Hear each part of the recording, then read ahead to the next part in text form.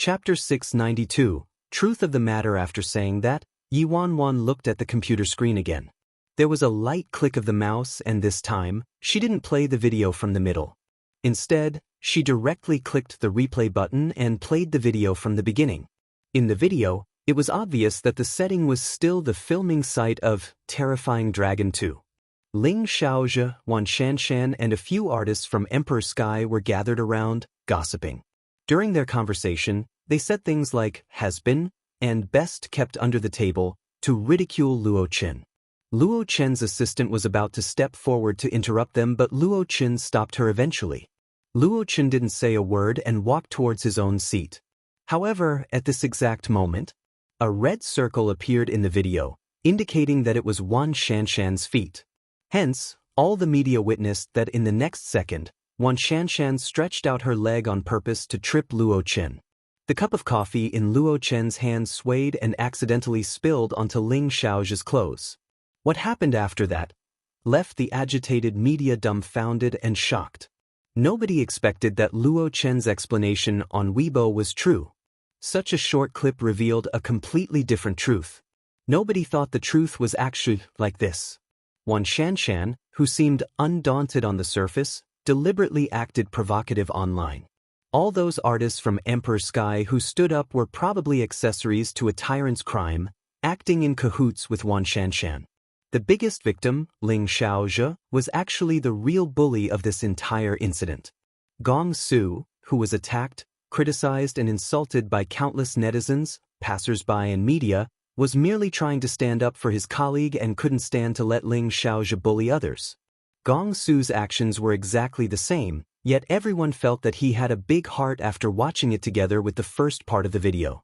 After the clip ended, the entire hall fell into a pin-drop silence and no one made a sound.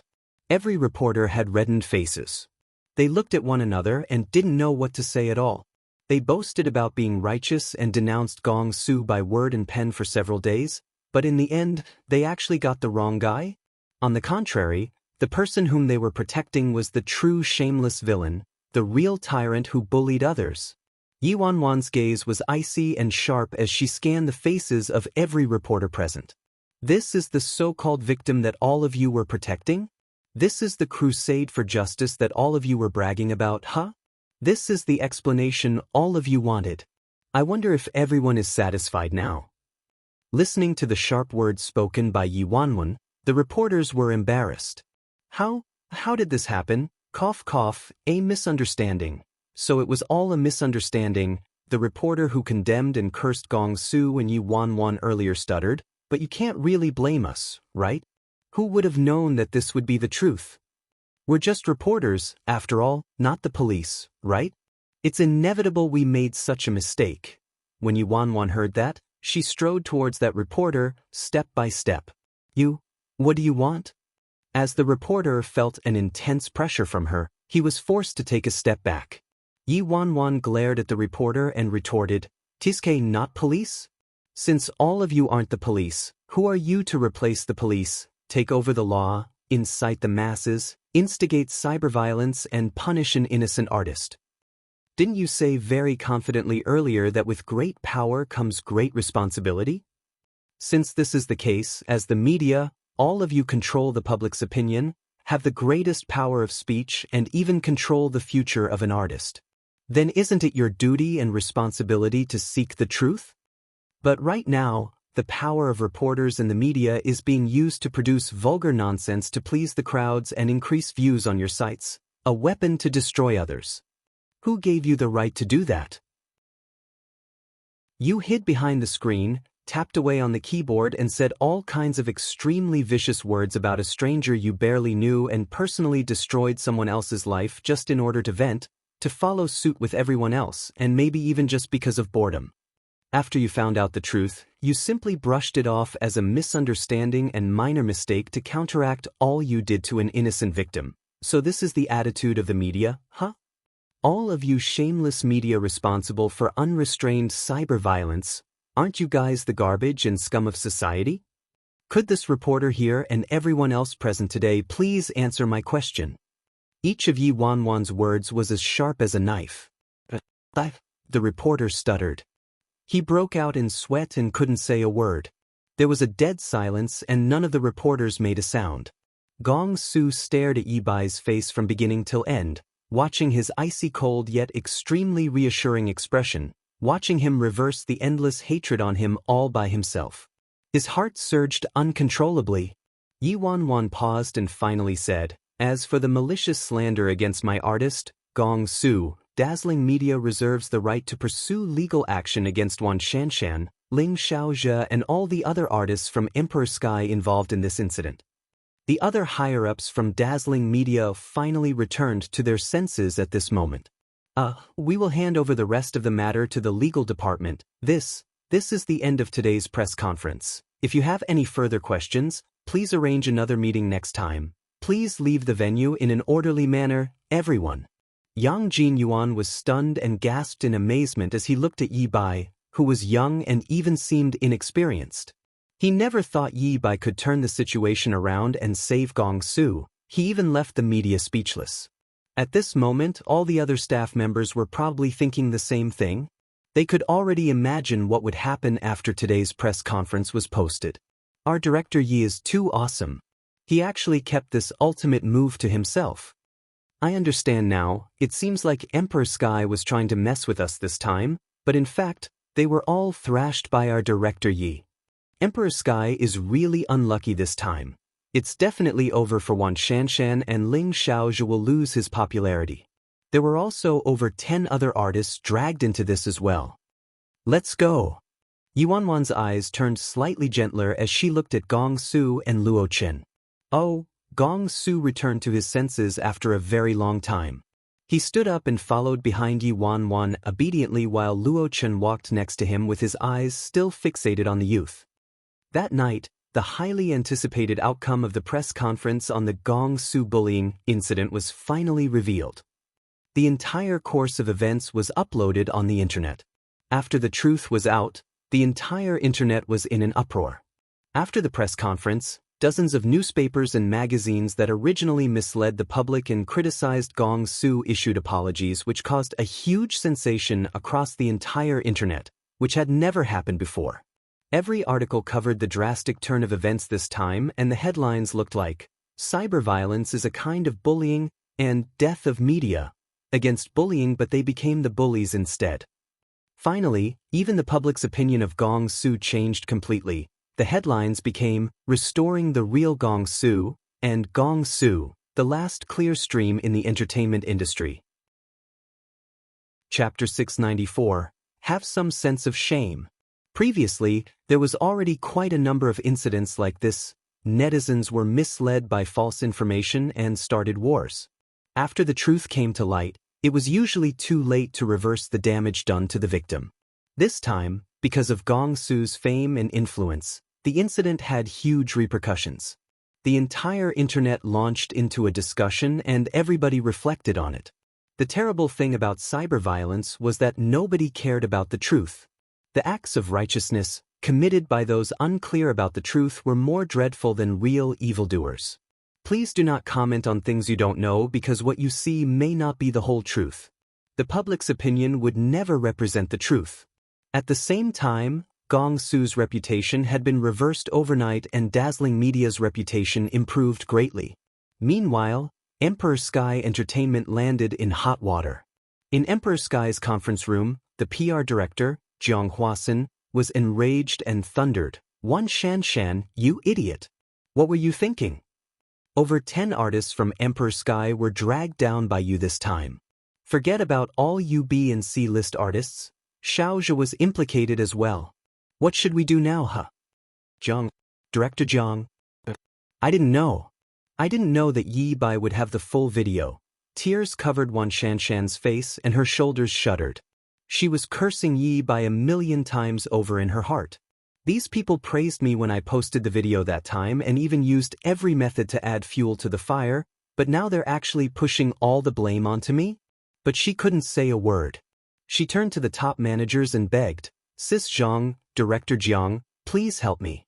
I only posted that video to stand up for Xiaozhe." The man's face was gloomy.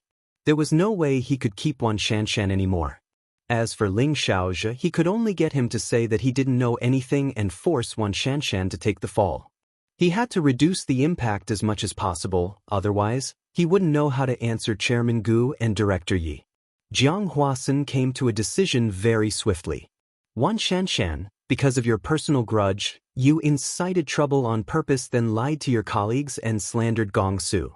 Go and issue an apology right now and announce your withdrawal from showbiz forever.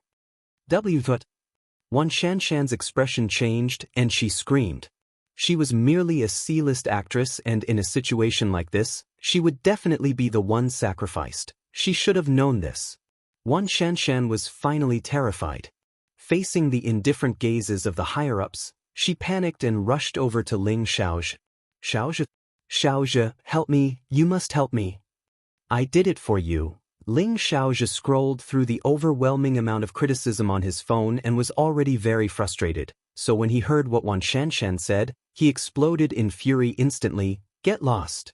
You were the one who acted on your own initiative and dragged me into this mess. What does your fate have to do with me? A black car drove steadily on the road. Yi Wanwan, Gong Su and Luo Chen just ended their meeting at the office. Dong Zai was driving, and on the passenger seats, Yi Wanwan sat in the middle, while on her left was Luo Chen and on her right was Gong Su, who was busy scrolling through Weibo. Gong Su, the last clear stream in the entertainment industry. Gong Su, a true hero. Ah, Gong Su, you're the purest, the most genuine, the most flamboyant, the cutest. Gong Su scanned through the posts and just had to read the shameless praise out loud. He rolled around in his seat excitedly. Young Master has never been complimented this way before, Aya, so Young Master is actually so lovable, eh? Certainly, you'll definitely shine if you're gold. Yi Wanwan really didn't want to admit that the idiot next to her was her artist. Where's your sense of shame? Chapter 695. I'll marry you for sure. When Gong Su was done rolling around, he sat upright and looked at Yi Wanwan with glistening eyes, then stared at her without blinking. Yiji, you're too cool. If I was a woman, I'd marry you for sure.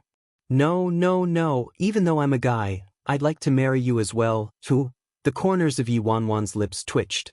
Can this guy have some class? Can he be half as reserved as Luo Chen? Yi Wanwan continued looking in the direction where the discussion was going online, and to her surprise, she found something unexpected. Yi Wanwan? What is it? What is it, Yiji? Gong Su immediately leaned over to probe like a curious baby. Yi Wanwan raised her brows and glanced at both Gong Su and Luo Chen a couple times. This is quite a great idea. What great idea? Yiji, what are you talking about? Gong Su mumbled. He sensed that the way Yiji was looking at him was a little creepy. Yi Wanwan chuckled. This incident has gotten you and Luo Chen a big batch of... Gong Su was stunned. What? CP fans? Did you get it wrong? How could I possibly have CP fans with a man? Luo Chen was confused as well. Yi Wanwan, read it yourself. The two of them followed Yi Wanwan's gaze and looked at her phone. Immediately, they saw some comments which made them feel quite unsure. Oh god, I just watched the video again. My little tyrant Gong is too dashing. Too manly. I'm a fan now. My legs go wobbly just looking at his arrogant self. The comments in front were still quite normal and Gong Su enjoying reading them, but once they reached the end, the comments didn't seem right anymore. I thought Gong Su and Luo Chen were at odds with each other at first. So, it's a love-hate relationship. Feels like someone shielding his wife, eh? Gong Su is definitely deeply in love with Luo Chen. I'll eat this dog food willingly. Gong Su's face darkened as he read. What nonsense is this? What do they mean? What love-hate relationship? Shielding his wife? What dog food? Luo Chen's face was darker than Gong Su's. Although he didn't follow anything online closely, he still understood what these people meant. Damn it, are these people blind? They actually said I'm gay. And with this dork. Gong Su exploded in anger and bellowed all of a sudden, am I someone with no morals, huh? Even if I'm gay, I'll only be with Yiji, alright? Why don't you just shut up? Yi Wanwan glanced at him, expressionless. Sorry, Even if I was into men, it wouldn't be you. Gong Su was dumbfounded and looked as if he just received a big blow. Damn, but why not me? I'm so handsome. I kill both men and women with my looks. Yiji, how's your arm? Should we go to the hospital to take a look at it? At this moment, Luo Chen was staring at Yi Wanwan's arm, worried. When Gong Su heard that, his expression became serious as well. Yi, let's take you to the hospital to have it checked first. That bloody bastard, young master's not going to let him off. Alright, don't panic. It's just a small injury. Yi Wanwan waved them off. At present, a car was already near the apartment, and after Yi Wanwan spoke, she saw a tall and foreboding shadow standing in the dark and windy night from the corners of her eyes. After seeing that person, Yi Wanwan's heart skipped a beat and she instinctively glanced at her injured arm. A chill ran down her spine. I'm doomed, I'm doomed. 1. Internet slang for couple. Chapter 696, Raging Sea of Jealousy. Yiji, we've arrived, Dong Zai announced. Alright, you two have an early night. I'll get going. Yi Wanwan got out of the car hurriedly. Luo Chen lived in the block next to her, and after saying goodbye, he entered the building. Gong Su wanted to say something to Yi Wanwan initially, but she had already left. Gong Su looked strangely at Yi Bai as he got off urgently. What happened? I haven't seen that look on his face before. It's as if a great enemy is approaching. Yi Wanwan rushed to see Yi Han. Cough. Ajio, when did you come over? Why are you standing here? Why didn't you go inside instead? It's so cold out here. Yi Wanwan spoke while she tried to calm herself down. Yi Han rarely paid any attention to the gossip online, so he definitely didn't know about what happened at the press conference. This little injury of hers would become a scar within a day or two, and it didn't matter even if he found out by then. Yi Wanwan reasoned through everything very well. However, the moment she finished speaking, the man standing before her looked at her plainly and said, "You've broken the rules." Yi Wanwan. It was as if that voice came from a snow-capped mountain that was 5 kilometers above sea level. She felt so cold that her body trembled uncontrollably and all her hopes shattered instantly. It was simply naive of her to attempt to bluff her way out with Yi Han. As Yi Han had been so lenient these past few days, she had forgotten how terrifying this man could be. At this moment he didn't have a single tinge of warmth on his body. His gaze was cold and foreboding. It seemed like he was really angry. Sorry, it was an accident this time, but it was just a small injury. Look at it if you don't believe me. In order to prove it, Yi Wanwan quickly lifted her sleeve and revealed that the little wound wasn't even an inch wide. However, Yi Wanwan quickly realized what a huge mistake she was making. After seeing her wound, Yi Han's face became scarier and she caught a glimpse of the Yi Han she knew from before her rebirth. The one who was irrational and didn't have any emotions, like a wild beast that could lose control anytime. Yi Wanwan realized she had been too relaxed recently and had forgotten how scary this person was. Yi Han's gaze was colder than the moonlight above. He continued staring at her as he said, "Do you like him?" Yi Wanwan was stunned by his question that came out of nowhere. It took her a good few seconds to realize who he was referring to. Damn. What a huge misunderstanding. Yi Han wouldn't think there's something going on between me and Gong Su, right? How is that possible? How exactly did such a frightening misunderstanding arise? Yi Wanwan was racking her brains for a way to explain and appease him, but right at this moment, Gong Su's loud voice resounded from behind her. "Yi, why did you run off so quickly? My villa is too far away, and I'm too lazy to go back. I got Dong Zai to take the car. I'll sleep with you tonight instead." The second Gong Su's words came out, Yi Wanwan felt an intangible and ominous wind from hell rising up. What the hell do you mean, sleep with me tonight? All these artists she was grooming were all so troublesome, and this one was simply driving her to her death.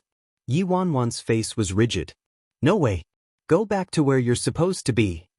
Seeing that Yi Wanwan had rejected him without any hesitation, Gong Su's face fell. But I'm already here anyway. Just take me in. Yi Wanwan suppressed the fury within. I have a guest tonight. Chapter 697. Can only use the ultimate move. Gong Su stretched his head and looked over. It was only then that he finally noticed the figure hidden in the shadows. Why does this person look so familiar? Gong Su only caught a glimpse of his face outside the bar that night, but because he left such a deep impression, he couldn't forget him even if he wanted to.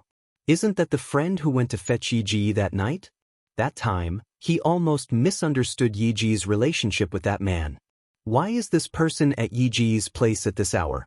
And why is this person looking at me with such a terrifying gaze? Even though Gong Su felt that something was off, he was thick-skinned and in a terrific mood that night, so he didn't think much of it and walked over to Yi Wanwan. He spoke in a generous and easygoing manner. No problem. It's fine if you have a guest, he won't be staying long anyway, right? I don't mind. Don't mind your butt. Yi Wanwan. At this very moment, Yi Wanwan had a strong urge to strangle this fool. She took a careful glance at Si Han, just a glance, and that expression made her heart jump in fear. Si Han's gaze brushed past Yi Wanwan and Gong Su, and he said in a low and hoarse voice, "Guest." When Yi Wanwan saw Si Han's expression and heard the tone he used, she knew he was raging mad. Yi Wanwan had a headache and supported her head with her hand as she wailed in anguish inside. "Beauty baby, why are you throwing a tantrum now? You clearly know that because of my disguise, that was the only answer I could give. There was no other meaning to it. And if Si Han thought hard, he should know that she couldn't just leave him there and run off with Gong Su to cheat on him, right? Also, he shouldn't have so little confidence in himself, right? Darn it, it must be because Si Xia mentioned that wildflowers would gradually dazzle the eyes, and said I would eventually be seduced by young and fresh meat in the entertainment industry." Yi Wanwan moved in a little closer and spoke at a volume that was audible only to the two of them. "Si Han, I've already explained this many times. No matter whether it's Luo Chen or Gong Su, they are just my artists, and I saved him during the press conference today because it was my responsibility. What he said just now was only due to the fact that I am a man in his eye. There's no other meaning to it. It doesn't make sense for you to be jealous over this. Can you stop being unreasonable?" "Tisk, unreasonable, very well then." Si Han chuckled and spoke slowly in a frosty tone that caused her to shudder. Yi Wanwan wanted to slap herself. Why did I say the wrong thing again? Seriously, the more flustered I am, the more mistakes I make. She knew she couldn't reason things out with this person standing before her. It was the same logic used as when one's girlfriend was angry, one shouldn't try to reason with her. Yi Wanwan was mad, anxious, and vexed all at the same time. She had a stomachful of anger and she loosened the tie around her neck in annoyance. After that, her eyes shot straight towards the culprit not far off. "Gong Su, get over here." What is it?" Gong Su pointed at himself innocently and made his way over carefully. "Why does he look so scary? Did I do something wrong?"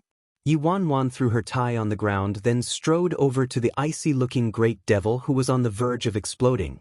"Watch this carefully." Yi Wanwan tilted her head to gesture at Gong Su, then she stretched her fair and delicate hand out, grabbed Si Han's collar, lowered his neck and kissed his thin and cool lips forcefully. Chapter 698. You're not seeing things. I'm into men. Si Han probably didn't expect Yi Wanwan would kiss him all of a sudden. As her breath closed in on him and enveloped him, when her slender fingers tugged his collar with force, when her soft and warm lips touched his, that force deep inside him that nearly tore him apart was immediately soothed. Shortly after, it turned into a more reckless and heated emotion. At this point, there was a loud explosion in Gong Su's head. He was flabbergasted. His car keys and phone in his hand fell to the ground. He stood there in a daze and his mouth was open so wide that it could fit an egg inside. Shit. What did I just see? My eyes. He just voluntarily kissed a man. What is going on here? I must be crazy. There must have been something wrong with the way he got out of the car just now. Gong Su watched as the two men kissed and he was in total confusion. All the hairs on his body were on end. After Yi Wanwan was done kissing the man, she turned to Gong Su casually and asked, "Did you see that?" Gong Su was stunned for a good 10 seconds before he nodded, then shook his head. Finally, he held his head and took 2 steps back. He couldn't even speak coherently anymore as he said, "You guys are you playing around with me? Haha, is it April Fool's today? It must be too dark here, or maybe I'm just too excited tonight, so I developed some hallucinations. That must be it, that must be, Yi Wanwan, you weren't seeing things. I'm into men." Yi Wanwan's reply completely destroyed all the excuses Gong Su came up with. "Gong Su, Yi Wan, he's not a guest, he's my boyfriend, we're lovers. Gong Su, Yi Wanwan, so I can't have you over tonight. Do you get it now?" Gong Su, poor Gong Su. As the amount of new information was massive, he was totally dumbstruck. After a long time, Gong Su finally got some of his sanity back. He swallowed hard and spoke in utter disbelief. "Yi, are you for real? You're really into men? Didn't you say you have a girlfriend? Luo Chen and Mu Fanj said you have a girlfriend and that you're definitely not gay." "Yi Wanwan, I am. I said I have a girlfriend only as a cover. Luo Chen and Han Xian, you have no idea about this." Yi Wanwan didn't expect that after she racked her brains and had been so careful all this time that she would actually stumble from Gong Su. Truly, a weak teammate did you more harm than a strong enemy. It was most crucial to pacify the great devil, and in order to pacify Si Han, she didn't care what she had to do anymore. Gong Su stood rooted to the ground and his expression was hard to describe. So you're saying that you and this guy are really having that kind of relationship?" Yi Wanwan nodded. "That's right. Didn't you ask me before if I was into men and what kind I would like? Now I'll officially introduce you to my boyfriend." Yi Wanwan made it so plain and clear that Gong Su had to believe her, even if he didn't before. The shadow in his heart spread like the sea. "My manager. Actually, really, gay." Chapter 699. Want to be held captive by you for life? Give Dong Zai a call and get him to drive the car back. Go home early and get some rest. Yi Wanwan held Si Han's hand after speaking. She turned around and walked towards the apartment building immediately. Wait. Behind her, Gong Su stood in the cold night, dumbfounded. Rest my ass. How am I going to fall asleep tonight? "So, bro, are you just going to leave me here all alone?" At this current moment, he finally believed Yi was really into men. This was truly the act of hoes before bros. What was with this strange and miserable feeling of abandonment? Ding! The elevator arrived and Yi Wanwan pulled Si Han to enter it. The two of them stood in silence in the elevator. Neither of them spoke a word. Si Han's gaze was on her the whole time. Shortly after, they arrived and walked out of the lift together. It was only after they reached the door that Yi Wanwan let go of his hand and pulled out the keys to open the door. Si Han followed behind her and entered. Click. The front door opened and was shut again. Change into slippers. Yi Wanwan bent over and took out a pair of slippers for Si Han from the shoe cabinet. The moment she stood up, she felt a tight grip around her waist. His burning breath suddenly came over her and attacked all her senses at once. His canine teeth brushed across her tender lips and pried open her jaw aggressively to rob more and more of her gentleness and sweetness. "Hey!" Yi Wanwan was in pain. Her brows furrowed slightly and she took a step back. However, this careless dodge immediately attracted even more intense aggression. Her body was pressed against the ice-cold wall behind her. In front of her was his boiling chest that was rising and falling violently. It was as if his entire body had been engulfed in fire and ice for 2 whole days. His slightly rough fingers explored her hips and shifted upwards slowly from her soft yet strong waist. To be safe, Yi Wanwan's chest area was usually bound by a piece of cloth and his fingers were obstructed. Si Han became even more agitated because of this and his hands moved with more force. Yi Wanwan was helpless. She tilted her head slightly to avoid his kiss, placed her fingers on the back of his hand and soothed him gently. "Still angry? I actually disregarded my own image and came out of the closet in front of my own artist just for you." Si Han lowered his gaze and stared straight at her. Those black pupils were akin to a vortex in the deep sea, dangerous yet captivating. "Si Han, you're not allowed to look at him." This isn't very reasonable, is it? How can I not look at him? Do I cover my eyes each time I see him? But Yi Wanwan learned to be good this time, and no matter how unreasonable Si Han's request was, she simply nodded her head non-stop. I won't. Other than you, whether human or not, they're just fleeting clouds, all right? Furthermore, what's there to look at? He hurts my eyes. Gong Su, who was still bitterly waiting downstairs for his assistant to drive back, sneezed loudly all of a sudden. Si Han tightened his grip on her and warned her in an icy tone, don't forget the consequences of violating the agreement. When Yi Wanwan heard his foreboding and cold voice, she was supposed to be petrified, but her heart softened instead and she giggled softly. The corners of her lips lifted into a languid smile. What will happen? A lifetime of captivity? I suddenly really want to violate the agreement. Chapter 700. Quick, kiss me. Hearing her reply, heat waves immediately emerged in Si Han's obsidian-colored eyes. The heat was enough to melt a person. Yi Wanwan could clearly see the desire to rush out of the water gate from his eyes. Oops. Oh dear. I went too far. The moment Si Han's mouth approached her again, Yi Wanwan hurriedly smushed her head onto his chest and said pitifully, I was so busy the whole day that I haven't eaten anything. I'm so hungry. I want to have some noodles, but my hand hurts. Si Han looked at her quietly from a distance so close that she could smell his breath. How could he not know what Yi Wanwan was thinking about? She was so daring to stir up his emotions then quickly run away each time. He bit her lips hard then strode over to the fridge. The apron is hanging at the side of the fridge. I'll get it for you. Yi Wanwan skipped over cleverly and took out a pink apron that was a free gift from the supermarket with the image of Hello Kitty printed on it. Si Han looked disapprovingly at the apron and was obviously very unwilling to put it on, but seeing Yi Wanwan holding it up with eager expectations, he finally held his arms open. Wait a minute. Do you know how to cook noodles? Yi Wanwan suddenly asked. Si Han shot her a look of disdain out of the corners of his eyes. Yi Wanwan smiled guiltily and said, all right, my bad. How could you not know how to cook noodles, right? Si Han had just entered the kitchen when Yi Wanwan's phone started ringing suddenly. The caller ID indicated that it was Su Yi. Yi Wanwan answered the call. Hello? Housekeeper Su? The second the call was connected, Su Yi's urgent voice came through the receiver. Miss Wanwan. Are you all right? I'm already at your apartment building. 11 and Feng Xian Yi are on the way as well. Please hang in there. Calm down and don't be rash. Yi Wanwan was totally confused. What are you talking about?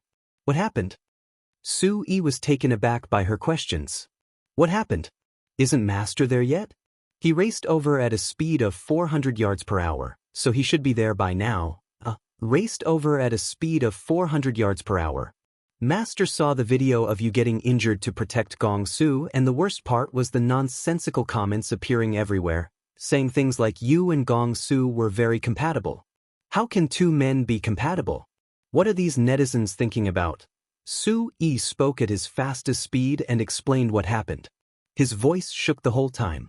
That, housekeeper Su, Miss Wanwan, when Master finds you later, please remain calm, all right? We'll be arriving very soon. Su Yi urged repeatedly.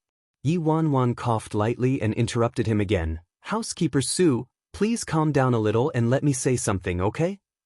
When Yi Wanwan was done speaking, she tapped on the video icon and changed it to a video call. Then she directed the camera to the kitchen. In the next second, Su Yi saw his own master wearing a pink cartoon apron around his waist in the kitchen. The sleeves of his white shirt were rolled up messily and he had a spatula in his hand. In the video call, Su Yi froze. Yi Wanwan stood up and brought the phone to Si Han. Baby, look at me. Si Han turned to Yi Wanwan and all he saw was her holding the phone to his face. Su Yi seemed to be in the small box on the screen. Yi Wanwan hopped over to Si Han and angled the front camera so both Si Han and herself fit in the frame. Quick, kiss me. Your housekeeper is going nuts. Chapter 701. He was really very calm already. Si Han obviously wouldn't care about the details of his housekeeper going nuts and only heard the first part when Yi Wanwan said, Quick, kiss me. He placed the noodles into the pot calmly, then leaned his head over slightly and planted a kiss on Yi Wanwan's cheeks cooperatively. After that, he continued cutting the ham sausage. Yi Wanwan grinned and looked at her phone. Are you calmer now, housekeeper Sue? Sue, calm? Too calm. Yi Wanwan, is there anything else?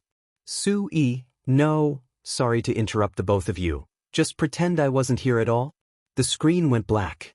A certain housekeeper was both mentally and physically traumatized and hung up the call. In order to let Sue E feel more at ease, Yi Wanwan thoughtfully sent him several photos of Si Han cooking. In the end, Sue E had to beg her to stop sending. He was really very calm already. After waiting a long time, Si Han was finally done cooking the noodles. Yi Wanwan looked at the soup noodles on the dining table and raised her brows, slightly taken aback. The noodles were cooked with perfect timing. They weren't too soft or half-cooked. There was a sunny side up and a few slices of ham sausage lying on top, and green onion and fresh vegetables floated on top of the soup, making it look extremely appetizing. For the Si Han who was above common mortals, she didn't have very high expectations for his cooking and only thought he knew how to make food edible. In the end, he was actually pretty good. Si Han passed her a pair of chopsticks and sat across her at the dining table without a word. Looks really good, huh? You actually know how to cook noodles? When did you learn it? Yi Wanwan took a bite and her eyes glistened. Wow, it's really delicious. Si Han was seemingly unhappy with Yi Wanwan's choice of words. Do I need to learn? Yi Wanwan buried her head and slurped the noodles. No need, no need. It's just a simple task. With my baby's IQ, why would he need to learn? Hearing that, Si Han's expression and gentler. At the same time, Jean Garden, the chef and several servants at Jean Garden looked at the blackened stoves and the mess on the kitchen floor with tears streaming down their faces. Each one of them prayed and hoped that the ninth master would let the kitchen off.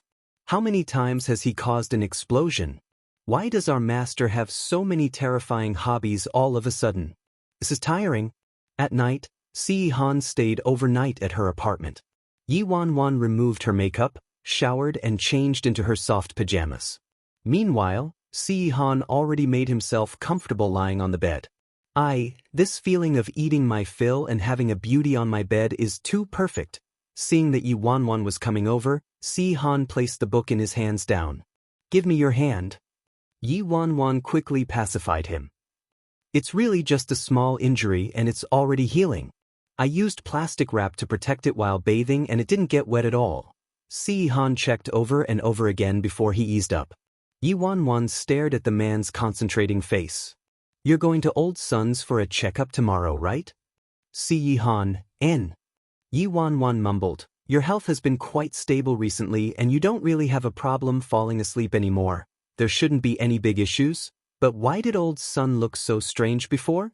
It seemed as if he had something he couldn't say and he didn't explain when I asked him. He only said that he would discuss it further after this upcoming checkup. Could it be that there are some other problems with Si Han's health again? Chapter 702, Dark Red Mark. Forget it. There's no point in letting my thoughts run wild now. We'll know the details once the results are out tomorrow. The next morning, Yi Wanwan and Si Han got up and finished their breakfast, then they both rushed off to work. As Si Han's health was quite stable now, he was able to go to the office. Although Yi Wanwan was still worried about him, if Si Han still didn't show his face at the office, it would cause panic considering the current situation in the Si family, so he had to show up at the office from time to time. It would be fine as long as he didn't stress himself out. During this period of time, Yi Wanwan learned quite a bit from Si Han too. It was just that she hadn't put her new knowledge to practice or gotten involved in the company's affairs on her own. This looks good. Yi Wanwan picked a dark red tie for Si Han. She had just tightened it when something came to mind and she suddenly turned to the direction of the apartment door. Wait, Yi Wanwan thought about something. She then suddenly had her claws out, removed the tie she just fastened and ripped open Si Han's collar from his immaculate shirt. Si Han lowered his gaze and gave her a doubtful look. Yi Wanwan commanded, get lower. Even though Si Han didn't know what Yi Wanwan wanted to do, he still followed her instructions and leaned over slightly. Yi Wanwan's eyes landed on Si Yihan's neckline. She grabbed onto his shoulders and placed her soft lips on his collarbone. Before Si Yihan could react, he felt a sharp pain around his collarbone. Aside from the pain, he also felt a numbing sensation. Si Yihan's eyes squinted dangerously and he looked at the girl who nibbled on his collarbone. All of a sudden, the girl's love bite left a small questionable pink blotch. Yi Wanwan glanced at the door again, then grinned like a little sly fox. She stared at her own work, satisfied. All right, perfect. Now we can leave. Yi Wanwan walked over to the door. Swish. She pulled the door open and in the next second, there was a bang. A fluorescent figure rolled into the apartment. Gong Su stood up and patted the dust away from his body, embarrassed. He pretended to be calm and greeted her. More morning. Yi Wanwan crossed her arms. She pretended to be unruffled and looked at the person who was sneaking around her door bright and early in the morning. Then she replied faintly, Morning. Gong Su scratched his head and stammered, Aren't we going to the filming site to visit Luo Qin? I thought I might as well just wait here for you and head over together. I just reached your door and you opened it right away. What a coincidence, really. The corners of Yi Wanwan's lips twitched when she heard that. Coincidence, my ass. I bet this fool has been squatting here all night. With that dreadful curiosity of Gong Su and his persistence on getting to the bottom of the matter, he would definitely do something like that. Gong Su spoke as his eyes kept scanning the two of them. Although they were both men, one was lazy and content while the other was rigid and quiet. They were really incompatible. But he thought about it all night and still didn't believe that his future wife's older brother was really into men. Until his gaze landed on the man's neckline.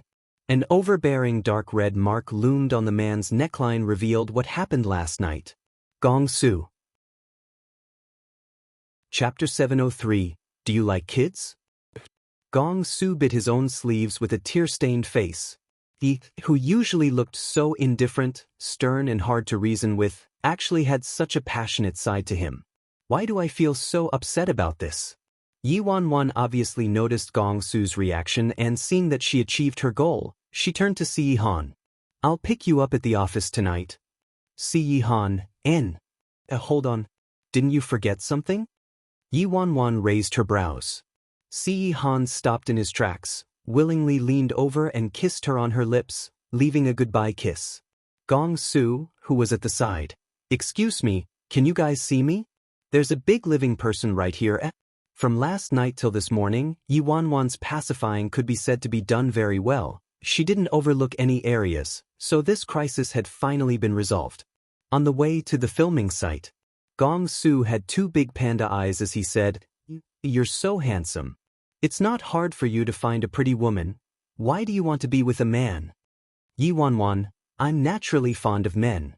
Yi Wanwan's reply killed the conversation instantly and Gong Su didn't say a single word thereafter. And Yi Wanwan didn't say anything wrong. It was the truth. Yi Wanwan didn't speak any further either. With Gong Su's character, it was better to give him some time to digest the information, but if it was Luo Qin, he probably wouldn't be able to ever digest it.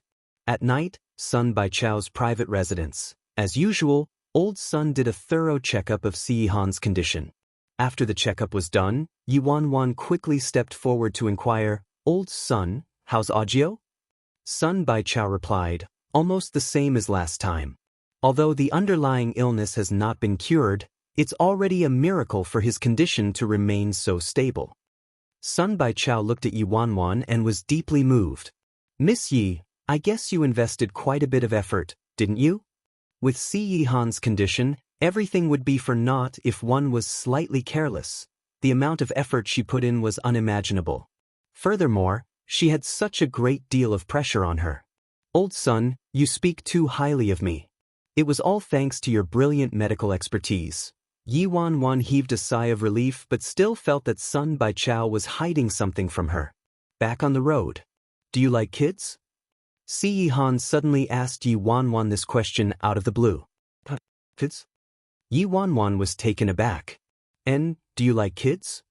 Si Yihan repeated. Yi Wanwan rubbed her chin and muttered, Why would you ask this question all of a sudden? Si Yihan, I might not be able to have an heir. Yi Wanwan was stunned when she heard him. So this was why Sun Bai Chao was acting weird? It was probably because Si Yihan's condition is too serious that it injured his foundation. However, what surprised her the most was how directly Si Yihan told her. Yi Wanwan returned to her senses after some time and said in a relaxed manner, actually, I'm just all right with kids. They can be quite troublesome. In the past, those little nieces and nephews at home were too mischievous. If they're well-behaved, sensible, obedient and cute, it's not too bad, but most of them are little devils. It'd be worrying if we had one of those.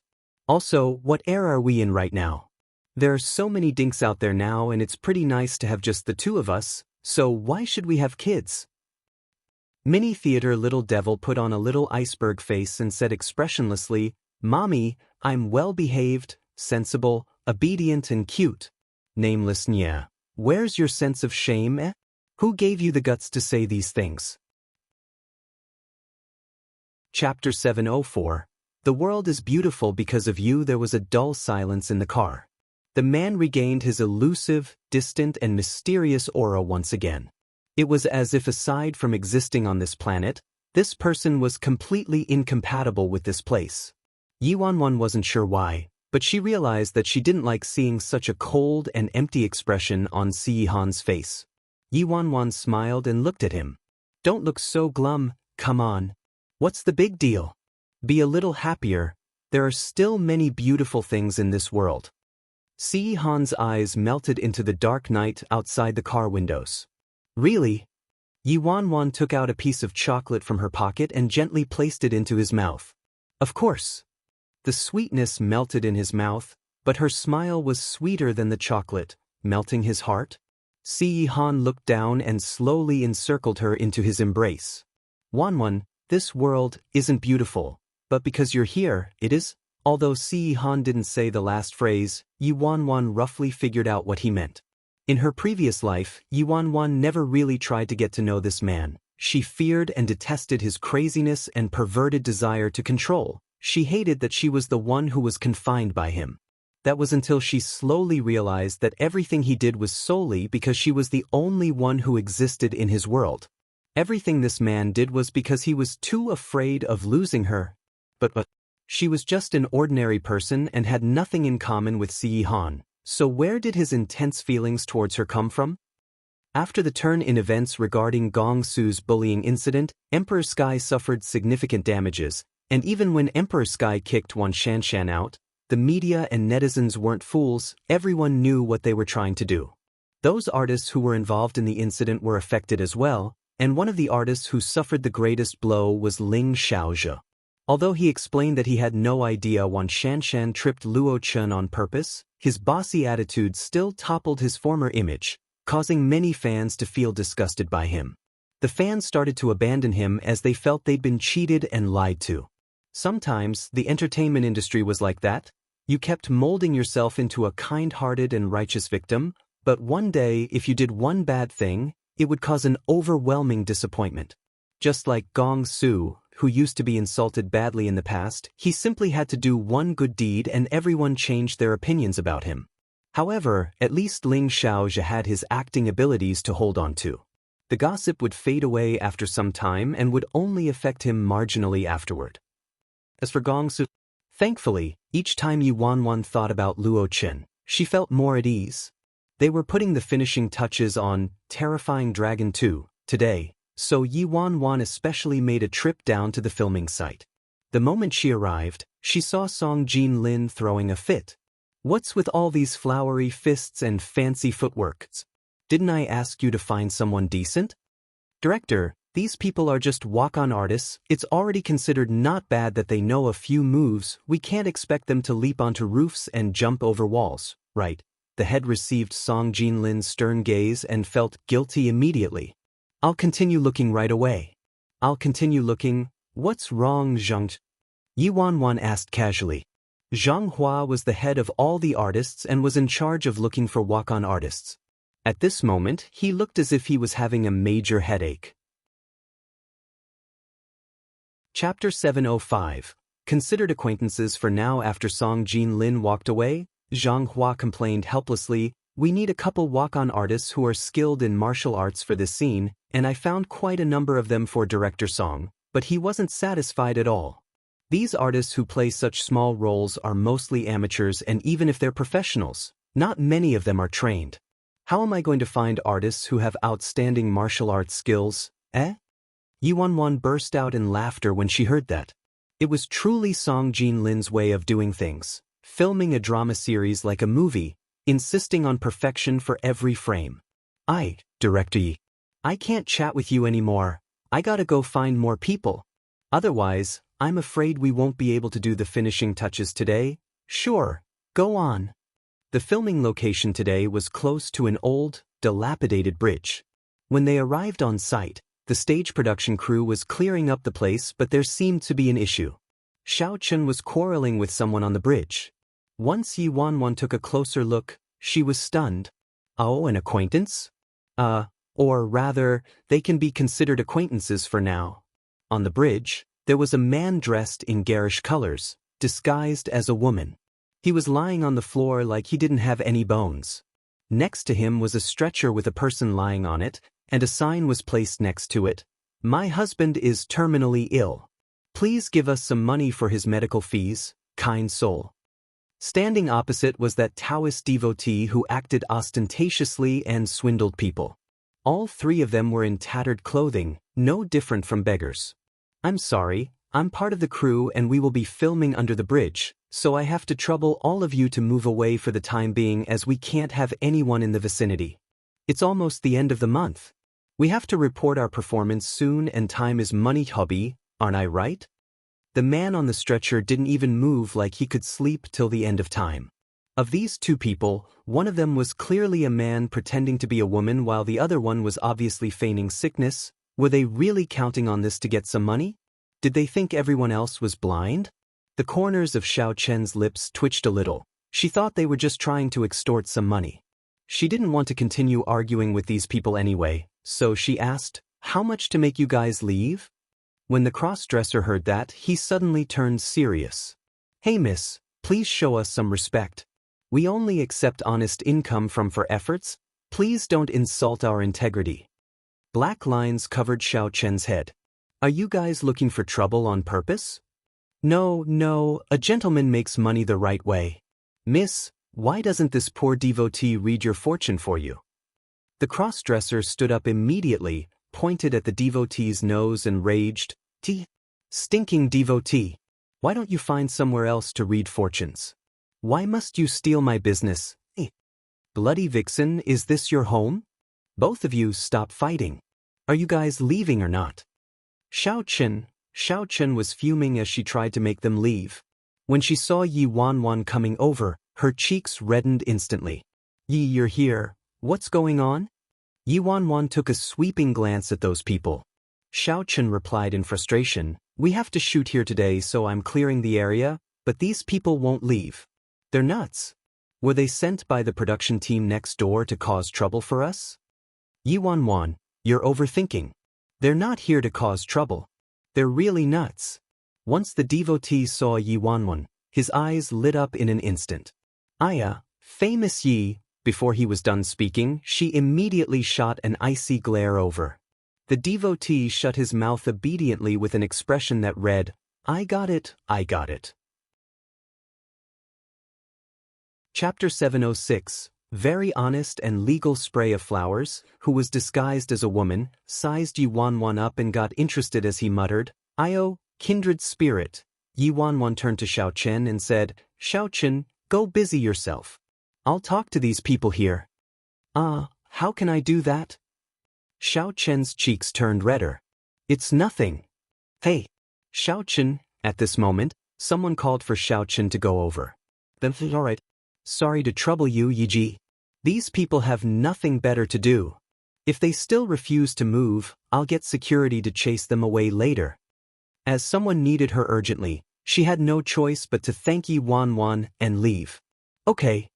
After Xiao Chen left, the three people were unmoving mountains and continued to occupy the precious feng shui ground.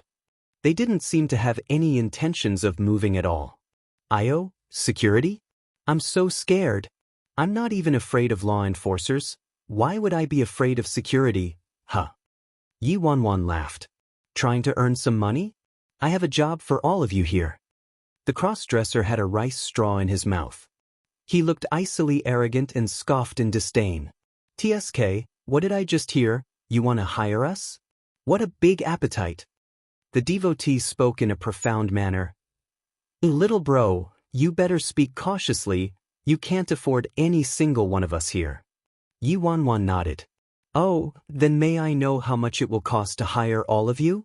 The cross-dresser spat. I've never accepted a job below the price of 100 million. The devotee sneered. Bloody ladyboy, what are you bragging for? So what if it's 100 million? This poor devotee's highest record is 1 billion.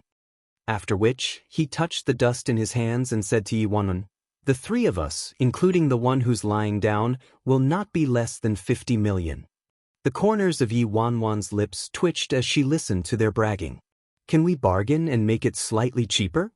The cross-dresser said arrogantly, I don't ever negotiate on a price. The devotee smiled. If it's for you, beauty, this poor devotee can give you a special discount of 10%. Yi Wanwan nodded. Oh, 100 per person. Are you guys in or not? Cross-dresser, devotee, 100. Are you insulting me? The cross-dresser screamed. The devotee's expression was hard to describe. Little bro Yi, I think you might have a little misunderstanding of the word bargain. Is that a no? Forget it then. Yi Wanwan turned around and walked away. The moment Yi Wanwan turned around, the devotee moved at lightning speed and appeared in front of her. Wait, brother Yi, I'll do it. As long as it doesn't go against my morals, doesn't require violence and is lawful. Yi Wanwan chuckled.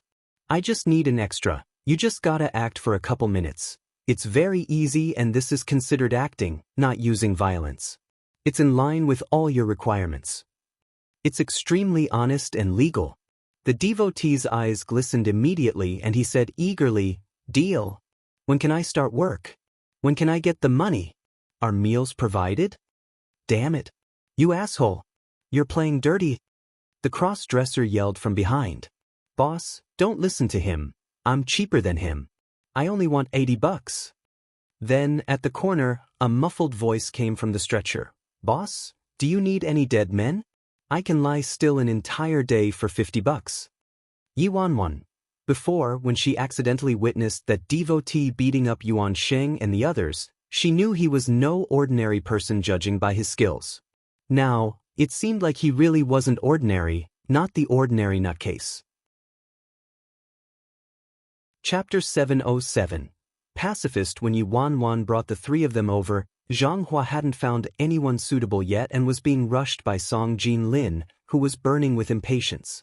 It was simply petrifying when Song Jinlin raged, so nobody dared to take on the part anymore. Zhang, have you found anyone? Yi Wanwan brought the three people over. Not yet. Why don't you take these three and give them a go? This guy dressed as a devotee is pretty skilled, and if you need a corpse, you can use this guy with long hair.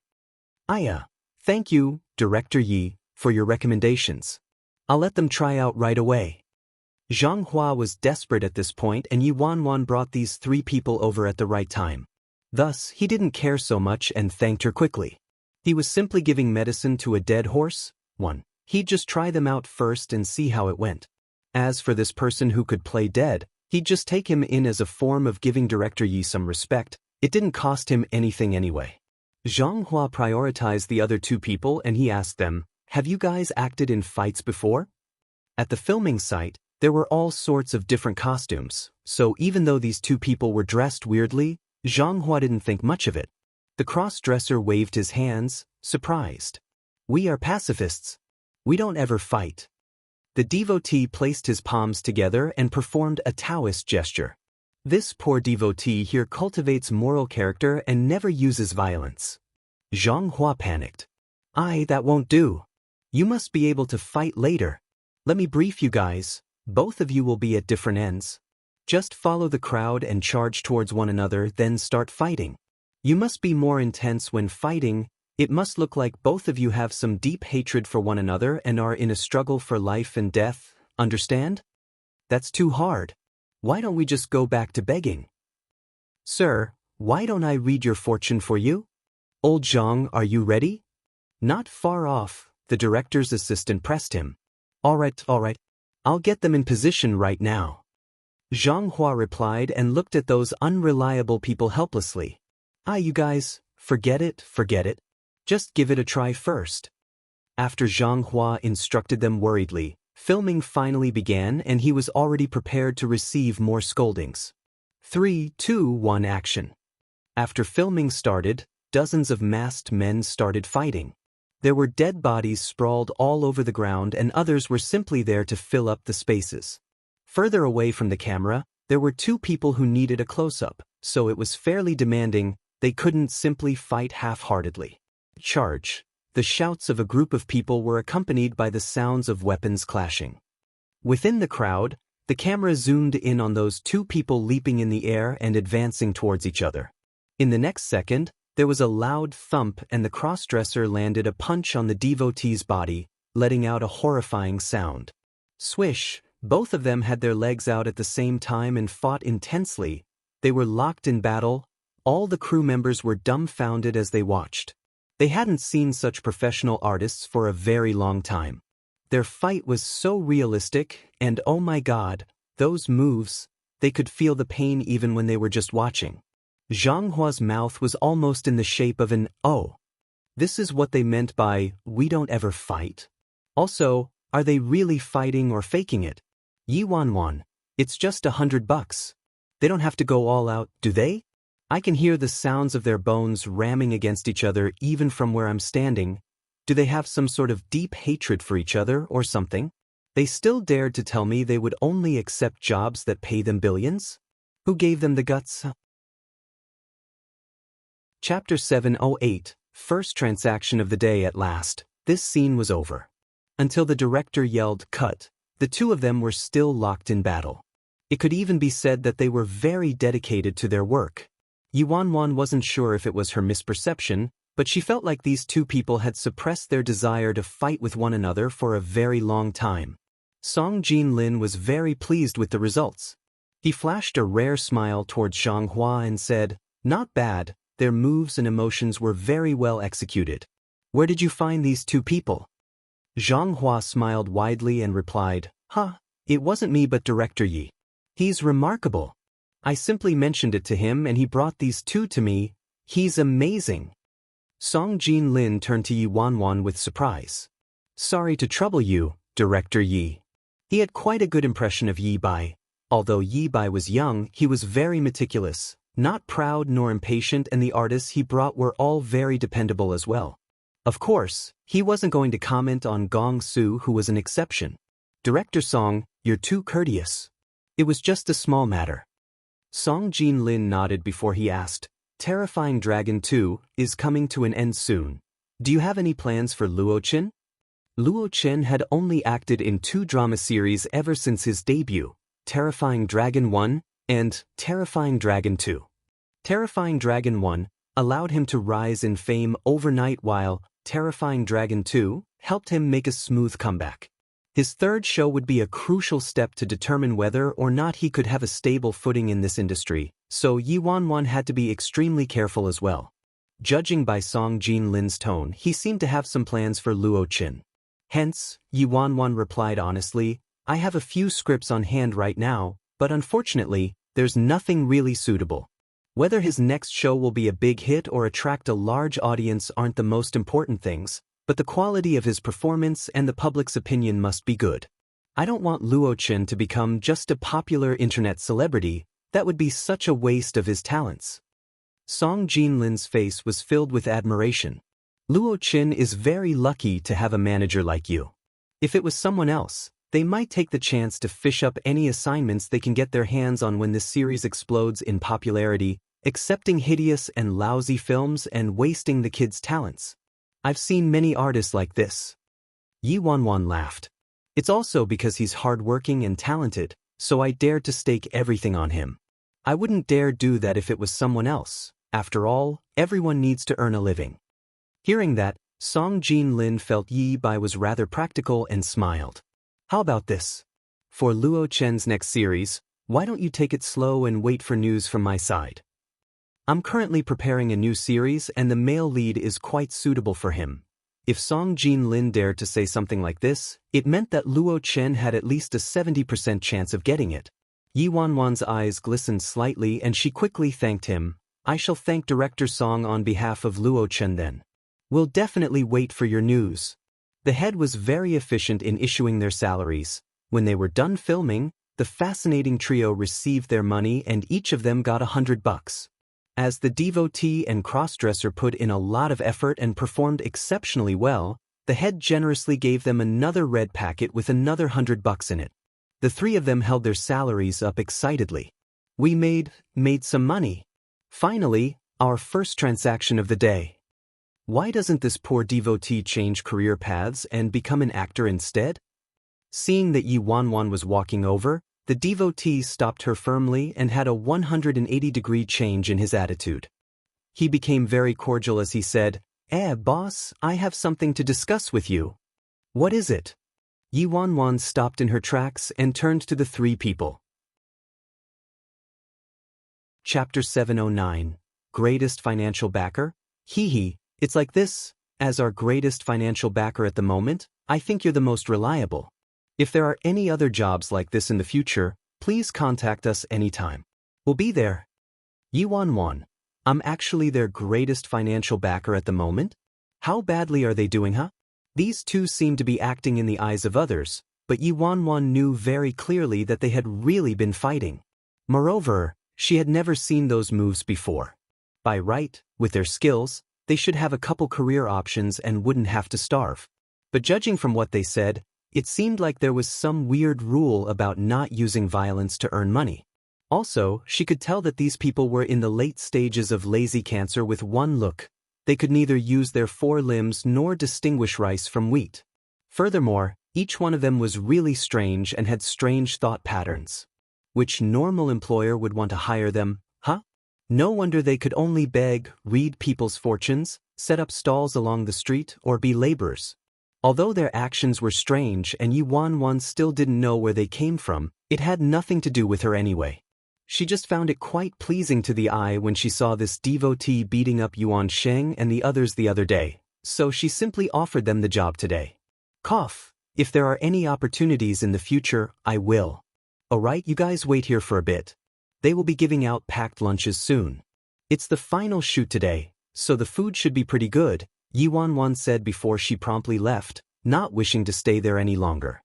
She had no idea how these people were looking at her, with eyes glistening like they just saw a mountain of gold. Late at night, big street stall, Nameless Nye had one leg up on a long stool. His expression was horribly gloomy. It's the last day of the month. The bulky man across him obediently took out the money from moving bricks. They were all $5 and $10 notes, totaling a little over $100 altogether. Spray of Flowers pushed the devotee away with his buttocks immediately and went over to take credit. Captain, I made $200 today. I can finally provide for Captain now. The second Spray of Flowers got closer to him. The hairs on Nameless Nye's body stood straight up and he glared at him warily. Stay away from me if you don't have a death wish. I'm a straight man. Seeing that his captain would kill him as a sacrifice to the heavens if he caused any unnecessary misunderstandings, Spray of Flowers instantly looked as though he just suffered an enormous blow and wept. Captain, do you have someone else already? Sob. The devotee squeezed his way through to curry favor. Move it, bloody crossdresser. Captain, this is the $200 I made. Finally, even the iceberg man took out $100 without a sound. Other than Little Sweetie, how could these three guys possibly earn money as well? Nameless Nye revealed a suspicious look. Where did the money come from? Did you rob people again? Have you guys forgotten our team's core values again? Nameless Nye snapped. The crossdresser hurriedly explained, Captain, we earned this money honestly and legally. We earned it from acting. How could these people think of being walk-on artists with their level of intelligence? Most importantly, which production crew would actually hire them? Captain, it was that famous Yi chick who got us the job. The one who paid for our meal that time. We really are fated. Lately, Captain had been tortured by the little devil at home till he was on edge all the time. Who would dare to offend him? Famous Yi. Nameless Nye finally believed them. Nameless Nye glanced at the date. It was getting closer and closer to the little devil's deadline, and it was making him worried. Any news about her? When they all heard his question, they turned to look at each other and shrunk into quails.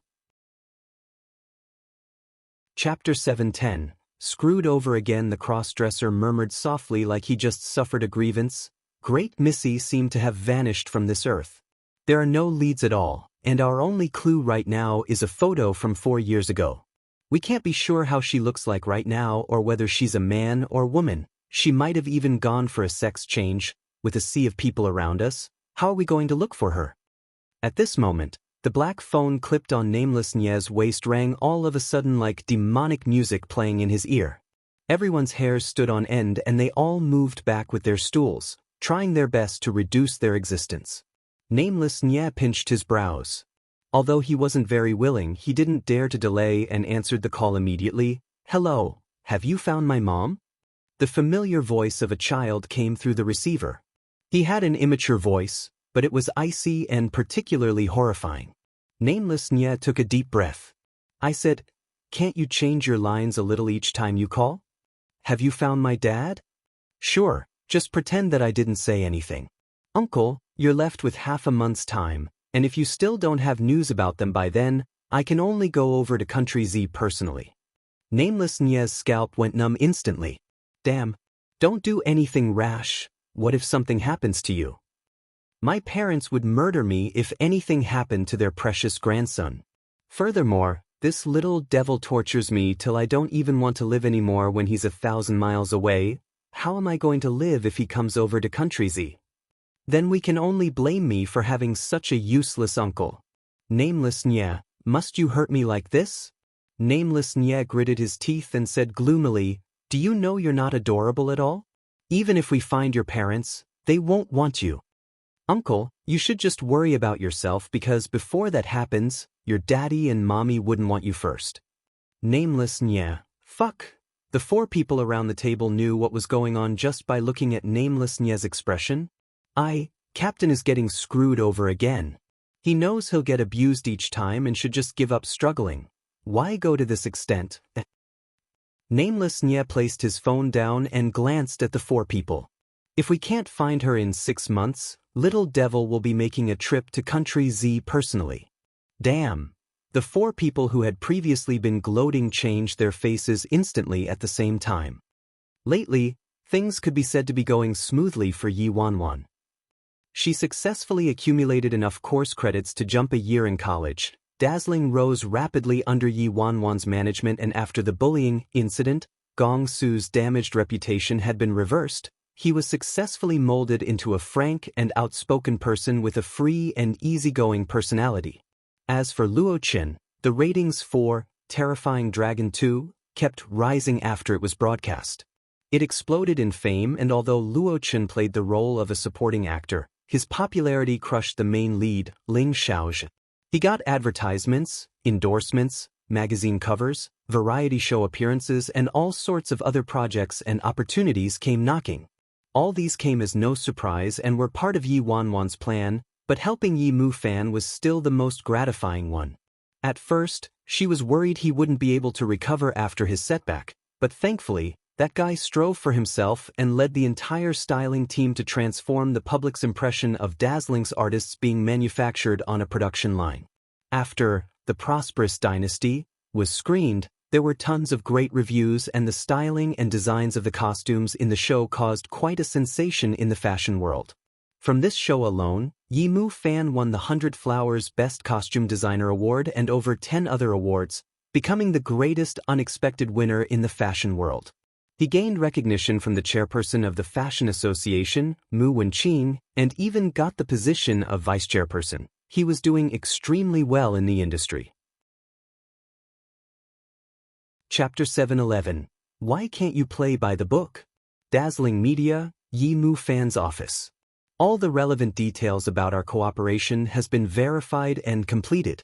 Miss Shen, do you still have any questions? Yi Mu Fan held a cigarette between his fingers as he glanced at the woman seated across from him on the sofa. The woman was dressed in a black evening gown.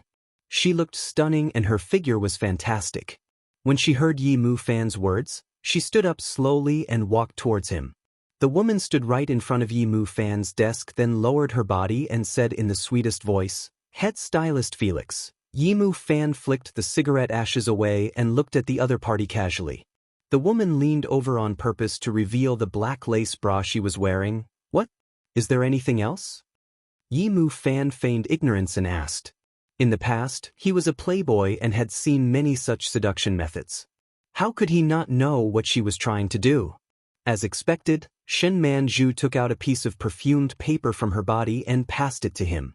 "This is my number." Yi Mu Fan glanced at her and didn't move at all. He had already turned over a new leaf and his career was his life right now. He would never be swayed by these nobodies. Hence, Yi Mu Fan rejected her with a straight face. "Miss Shin, I'm very sorry but I'm not who you think I am. My career is my top priority right now." Yi Mu Fan was about to reject her but was immediately interrupted by the girl's pleas. "Please hand it to Director Yi for me, thanks." Yi Mu Fan was dumbfounded. He looked as if he had just eaten poop. Cough, cough, cough. Who did you want me to pass it to?" Everyone in the industry called him by his English name and didn't address him as Director Yi. There was only one person who went by the title Director Yi, and that was his sister. The woman covered her face shyly. "Yi Bai, Director Yi. You're on good terms with him, right? Please help me pull some strings. I'm too embarrassed to do it." "Yi Mu Fan, I'll pull your father. Why can't you play by the book? Please, please. You must pass it to him. I'll treat you to a meal if it's done." Oh, the female artist stuffed her phone number into Yi Mu Fan's pocket, blew him a kiss and left. Yi Mu Fan stared at the piece of paper with her number written on it. The sadness in his heart overflowed like a river. Back in the day, Yi Wanwan was the one who helped him pass love letters and gifts to girls. He never ever thought there would be a day when their roles were reversed. Yi Mu Fan took a very long time before he managed to get over his sorrow. He took the paper resentfully and went to find his sister. Dong dong dong, even his knocks were full of resentment. "Come in." Yi Wanwan covered all the documents from C Corporation that she was reading. Yi Mu Fan entered and directly tossed the piece of paper on Yi Wanwan's desk. "There, it's for you." Yi Wanwan choked and sneezed as the paper was too heavily scented. "What's this?" Yi Mu Fan mumbled with jealousy. "A chick's number. She's trying to hook up with you and wants me to pull strings for her." Yi Wanwan giggled and put the paper aside, then she waved. "You know very well that I'm strong in will but weak in power. You should have declined on my behalf at least." Seeing the faint smile on Yi Wanwan's lazy expression, Yi Mu Fan spaced out. Then he realized something miserably. "Damn, my sister is really quite handsome." When she was working, her serious manner gave one a sense of security, and when she was relaxed and lazy, she was extremely charming. No, wait, that's not the point. The point is, what does she mean by strong in will, but weak in power? She's a girl, so what willpower does she need? Chapter 712. Who is he going to be fronting for? Yi Mu Fan was cursing in his heart when Yi Wanwan pulled open a drawer and took out a velvet gift box for him. "Almost forgot about this, it's for you. Congratulations on getting the award." "Heh, I have a present, How can I accept that, huh?" Although that was what he said, his hand reached out for it swiftly. The moment he opened it, a Patek Philippe greeted him. It was a special limited edition watch. Yi Mu Fan noticed there was another similar box in her drawer, so he asked, "You bought 2 sets? It's Dad's birthday next month. Did you forget about it?" Oh, right. But with Dad's personality, he wouldn't accept such an expensive watch. I'll just tell him it's a counterfeit and I bought it for $200. Yi Wanwan didn't seem to mind. Yi Mu Fan was speechless. Cough. You think our dad can't even differentiate the real deal from a counterfeit? Yi Wanwan raised her brows. Whether or not he believes it depends on who says it. Yi Mu Fan pouted. Right. He believes whatever his precious daughter says. Oh, right. Are you coming to tonight's grand fashion ceremony? Yi Mu Fan asked excitedly. After going through so much, Yimu Fan now kept quite a low profile. This was his first time appearing in front of the public at tonight's grand fashion ceremony organized by the Fashion Association. Also, he would be appearing in the capacity of the vice chairperson of the Fashion Association and expert judging panel. I still have some things I need to settle first, so I'll probably be late. Since it's your night tonight, I'll just drop by for a bit. Make sure you don't drink so much and drive slowly. Yi Wanwan smiled. Before, she had to keep an eye on Yimu Fan, but now, she could let him handle things by himself. Actually, with regards to networking, Yimu Fan was much better at it than her. Alright, then I'll head over by myself first. Remember to come, Yimu Fan urged her repeatedly. Otherwise, who am I going to be fronting for? I finally have something to show for my life. Before leaving, Yimu Fan caught sight of a stack of documents next to Yi Wanwan's hand, and there seemed to be the logo of C Corporation printed on the corner of it. Why would Wanwan have documents about the C Corporation? Yimu Fan shook his head and assumed he probably made a mistake, so he didn't think much about it and simply hummed a song, leaving in good spirits. After Yimu Fan left, Yi Wanwan continued looking through the documents with relevant information about the C Corporation. Before she was reborn, she spent all her time on chasing Guyu Zhe, resenting the heavens and blaming others. After her rebirth, she didn't waste a single second at all and was absorbing all sorts of knowledge like a sponge. Aside from things related to acting, she spent all her remaining time on understanding the C Corporation better. The C family had various subdivisions all over the world handled by their direct descendants. Needless to say, their subsidiary companies were messier with crooks mixed in with the honest folks.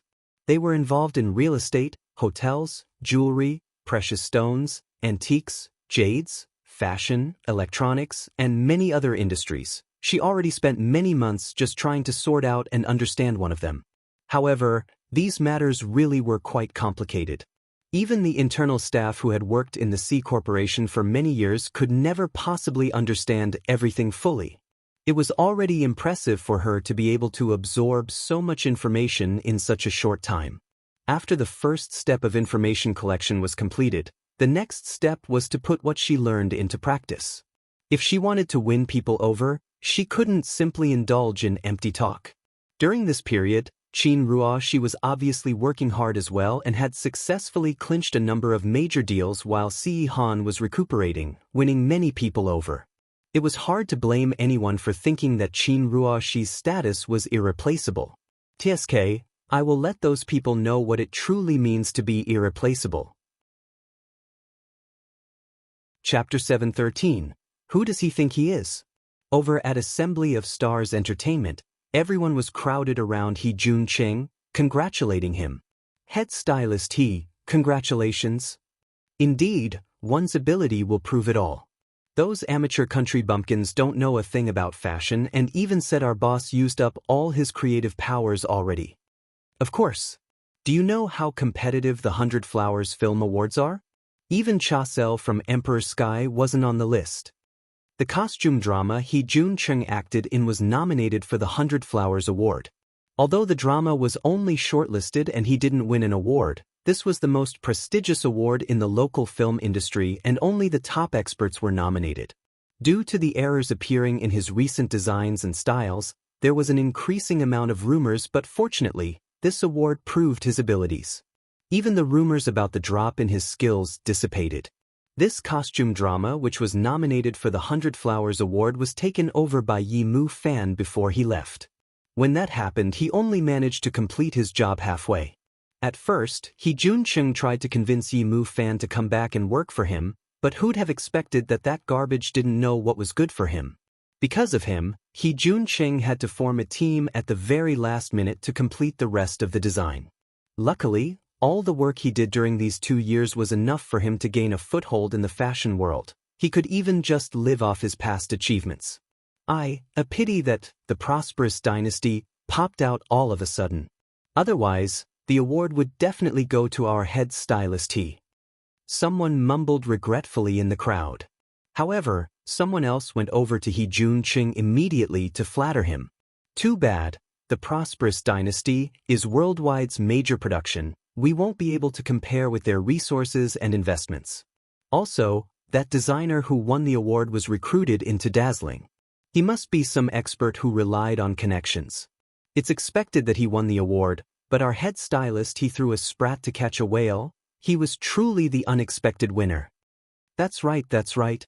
I heard the chairperson of the Fashion Association, Mu Wenqing, personally invited head stylist he to participate in the grand fashion ceremony this time. He even praised head stylist he's work in front of the reporters previously. Obviously, He Junqing didn't feel very comfortable when they brought up the drama series, The Prosperous Dynasty, that trampled him. However, losing to an opponent like that wasn't embarrassing to him. It was actually an honor instead. Hearing the compliments around him, He Junqing replied smugly, "It's just pure luck that I gained Chairperson Mu's favor." Everyone hurriedly bootlicked him once again. Head stylist He, you're too humble. These 2 years, you've won countless awards and groomed so many artists for the company, how could it simply be pure luck? It's your talent and strength that has brought you to the position you are in today. After He Junqing was done basking in praise from everybody, he drove over to fetch Shin Mengqi, perfectly content. In the car, He Junqing, who was clad in designer brands, was flushed with success. "Mengqi, what do you think? I told you there wouldn't be any problems, didn't I? Who does that guy think he is? He really thinks he's irreplaceable." Although Shen Mengqi's face was much gentler, she was still unhappy and frustrated. "What about my outfit for next month's International Fashion Week? Can I rely on you, huh?" He Junqing's eyes lit up. "I've already thought it out. During the grand fashion ceremony tonight, the newly appointed vice chairperson, Felix, will be there as well. We just have to prepare a couple gifts to entice him a little, then ask him out for a discussion and hire him to style you." Shen Mengqi rolled her eyes at him, annoyed. He's Worldwide's gold medal stylist, a guest of Mu Wenqing, the vice chairperson of the Fashion Association, as if it would be that easy for him to hire me. Chapter 714. We must hire him. The luck of the newly appointed gold medal stylist, Godly Felix, didn't seem too good. Yi Mu Fan was looking bright and dashing as he left the apartment. He had pomade in his hair which was very neatly combed. He drove his red Pagani sports car towards the venue of the grand fashion ceremony, radiant with happiness. The ceremony was held at a high-end private clubhouse in the suburbs of Beijing. Although the weather wasn't great the past few days and it had been raining, it didn't seem to dampen his good mood at all. The car windows were half open and there was a light drizzle pattering against his face, yet he was completely relaxed and content. Since there weren't many people on the road, Yi Mu Fan sped up. But halfway through, he saw a small blue car going against the traffic, advancing towards him. Fuck! Yi Mu Fan slammed on his brakes and swerved to avoid the car. As he was driving too fast, the red Pagani still scaped against the Buick and drove into a nearby shrub before it finally stopped. Thankfully, he dodged the car and nothing major happened. As it had just rained, the shrub was covered with mud. When Yi Mu Fan finally climbed out of his car, his entire appearance was ruined. His hair was a mess, his body was stained with mud, and the hood of his Pagani had a big dent. Damn it, I'm dead meat. Yi Mu Fan scratched his head and was as worried as an ant in a simmering pot. His first reaction was, I'm dead, I'm dead. Wan already told me to drive slowly before I left the apartment, but now, I crashed the car. If Wan finds out about it, she'll skin me alive. Damn. Do you know how to drive? The driver of the blue car got out of the car and started yelling at Yi Mu Fan immediately. Yi Mu Fan was stunned. He was the one going against traffic, all right? Now I understand the saying, the guilty party files the suit. The other party had a strong stench of alcohol and had clearly been drunk driving. Great, I'll just call the police. What's the use in reasoning with a drunkard anyway? As Yi Mu Fan needed to rush off to the grand fashion ceremony, he directly called the police, then gave his assistant a call to come over and settle the matter. At the same time, He Junqing and Shin Mengqi were already at the venue of the grand fashion ceremony. The two of them handed in their delicately designed gold foil invitations and entered. The ballroom was filled with perfumed clothes and gorgeous hairdos. Everyone there was either renowned in the fashion industry or were famous celebrities. After the two of them entered, a number of acquaintances went up and greeted them. Head stylist He, congratulations on getting nominated. He Junqing cupped his hands in gratitude. You're too kind, you're too kind. After a round of greeting, Shen Mengqi scanned the crowd anxiously. Is the Felix you mentioned here already? He Junqing, doesn't seem like it. He Junqing, give me a definite answer right now. Are you confident you can hire that guy or not? Shen Mengqi was worried and asked once again. He Junqing wasn't certain and replied hesitantly, Mengqi, must you really hire Felix? Shen Mengqi glanced sideways at him. Of course. This is my first international show. I won't allow room for any mistakes. Lately, her styles had been mediocre and her status as a fashion guru was in danger, so how could she not be anxious? So, no matter what the price was, she had to hire him. If He Junqing was more reliable, would she have to go through so much effort, huh? As for Yimu Fan, he was even more useless. He was probably fooling around somewhere right now. Chapter 7:15. Depends on our luck. He Junqing was in a difficult position. Mengqi, I suggest you don't have too much hope. This newly appointed vice chairperson has a weird personality. He doesn't charge a cent for styling artists in Dazzling Media, but for anyone outside of Dazzling Media, including those from worldwide, it depends on his mood and he could charge an extremely steep price. Even so, there's a long line of people requesting him. He's extremely hard to get.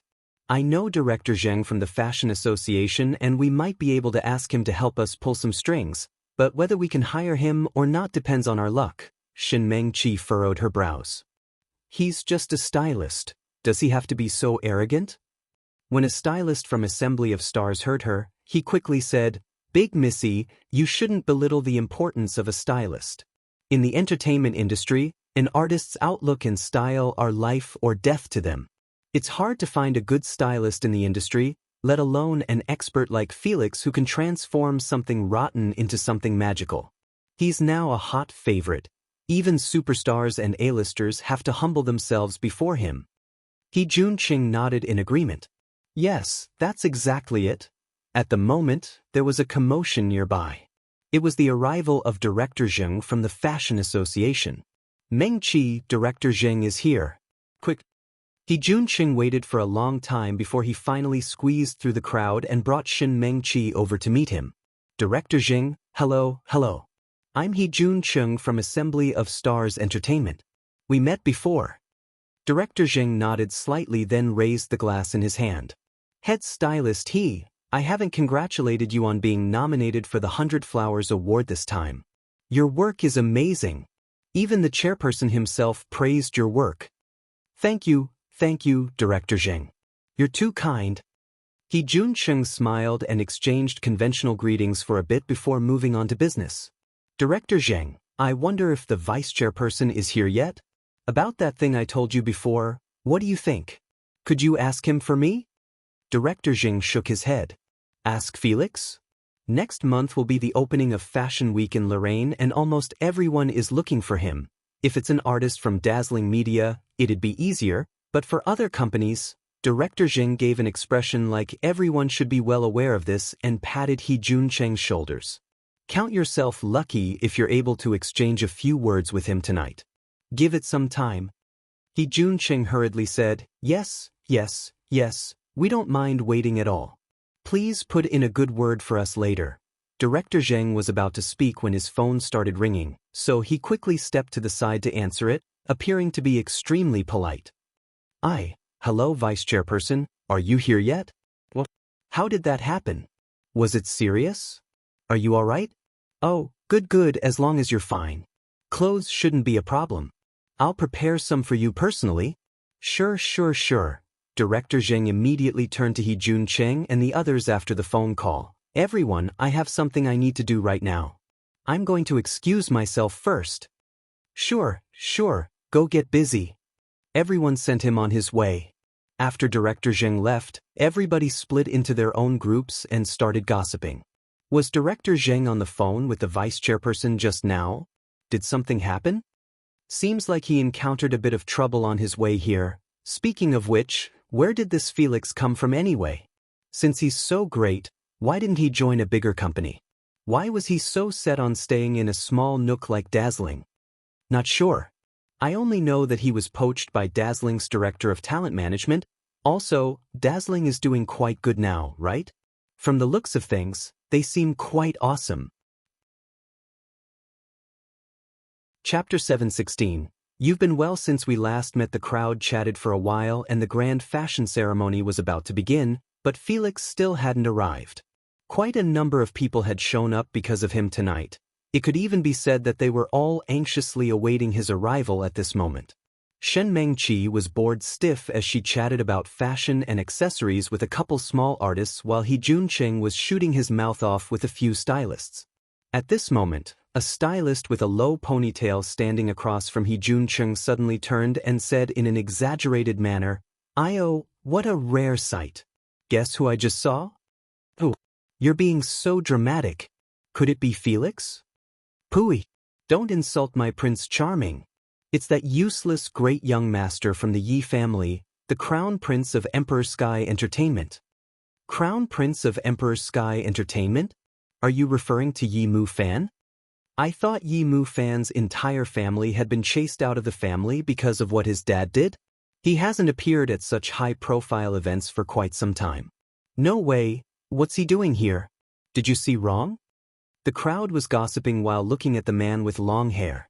With one glance, he really did look like that good-for-nothing great young master. Hearing the gossip, He Junqing turned and looked as well. As expected, he saw Yi Mu Fan avoiding the crowd and entering the ballroom. All he saw was Yi Mu Fan's hair in a mess and his attire crumpled and stained. It even had some leaves on it and he looked extremely pathetic. Why did he come over looking like this? Is this crown prince letting himself go with completely no sense of shame anymore? Everyone knew how particular Yi Mu Fan was about his manner of dress in the past, and he had never appeared so haggard in front of everyone before.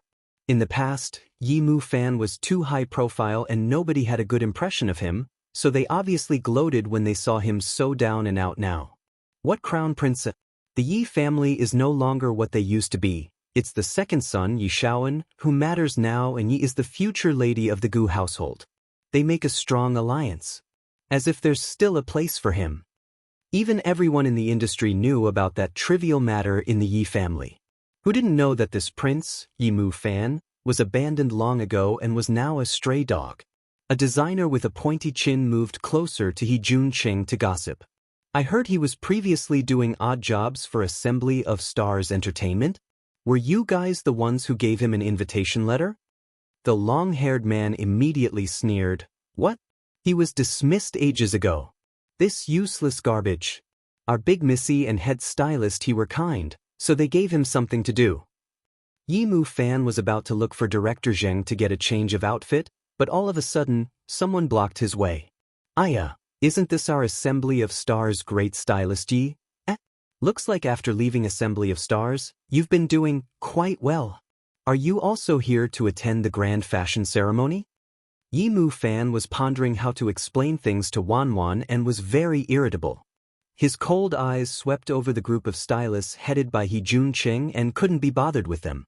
Good dogs don't block the way. He Junqing didn't expect he would be able to watch such an interesting program today, so he walked over merrily.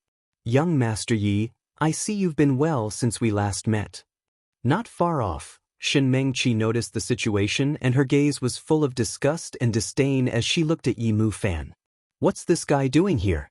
Could it be that he still has evil intentions towards me?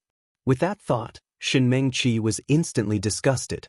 She took a glance at him and quickly turned away, uninterested. Chapter 717. Definitely be the prettiest. He Junqing walked over to Yi Mu Fan, lowered his voice and said in a regretful tone, Why did you choose this path? Before, I was so kind to invite you over to work for us, but too bad, you don't know what's good for you." He Junqing paused and his eyes were filled with delight. "Now, even if you wanted to beg me, I'm afraid it wouldn't be that easy anymore." Yi Mu Fan wasn't in a rush to leave, so he raised his brows slightly. "Beg you?" He Junqing recalled being tied up at the graveyard by Yi Mu Fan and his face turned gloomy. "If you kneel down and kowtow to me thrice in front of everybody, I might consider giving you another chance. Yimu Fan was about to speak when his phone started ringing. It was a call from Yi Wanwan. Yimu Fan took one look at it and immediately felt guilty. He wasn't in the mood to bicker anymore, so he jogged to a corner where there was no one around and answered the call. Everyone saw how anxious Yimu Fan was and immediately started mocking him. Since this person has been fired by Assembly of Stars, what on earth is he doing here? Look at him behaving like a thief. He must have snuck in. This great young master isn't good at anything but is an expert in engaging in all sorts of illicit trading. Where's security? Are they doing their job or not? He Jun-chung pretended to be generous and patted the other party's shoulders. Forget it, we were all colleagues once. Head stylist He, how could you speak up for someone like him? Everybody saw that He Jun-chung was trying to ease the tension. With the ceremony starting soon, everyone was busy with preparations and simply let this pass. Arguing with garbage like him is simply a waste of time. On stage, the host spoke with enthusiasm. Good evening, distinguished guests. Ladies and gentlemen, thank you for coming. The 13th annual Grand Fashion Ceremony shall officially begin. In accordance with past practices, other than networking with people in the industry, the highlight of the ceremony was having various renowned stylists showcasing the work they were most pleased with to date. In the audience, Shen Mengqi glanced at He Jun-chung, who was seated next to her. Yimu Fan showed up tonight. Is he looking for trouble with us, huh? After all, He Jun-chung was using Yimu Fan's design as the work he was going to showcase, so would Yimu Fan let that slide? When He Jun-chung heard her, he was completely fearless and sniggered. Mengqi, you think too highly of that garbage. Let's not talk about him. If he really was that dumb to seek that road to death, this is the perfect occasion to make trouble for us. I'll make sure he won't be able to continue working in this industry. Shen Mengqi also thought she was worrying too much. She simply shrugged and didn't speak anymore. I'll go backstage to prepare. Go on, baby. You'll definitely be the prettiest tonight. The music started playing and on stage, famous works of various stylists that allowed them to reach the pinnacle of their careers appeared one after another. The models were all showcasing their beauty, displaying the magnificent view of 100 flowers blooming in the fashion world.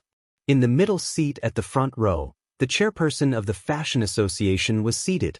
On his right was Director Zheng while his left side was empty. At this moment, Mu Wenqing, who was over 50 years old and dressed in a formal suit, was focused on looking at everyone's masterpieces. After seeing Shin Mengqi's appearance on stage, his eyes had an obvious hint of astonishment. Not bad. Director Zheng chimed in quickly, yes, not bad. Chairperson Mu, do you find that He Jun-chung's style seems quite similar to our vice chairperson's in some ways, huh? Chapter 7:18, Misappropriation of Work. Mu Wenqing shook his head. Compared to Mu Fan, there's still a big difference. Director Zheng knew how much this chairperson admired the newly appointed vice chairperson and quickly said, of course.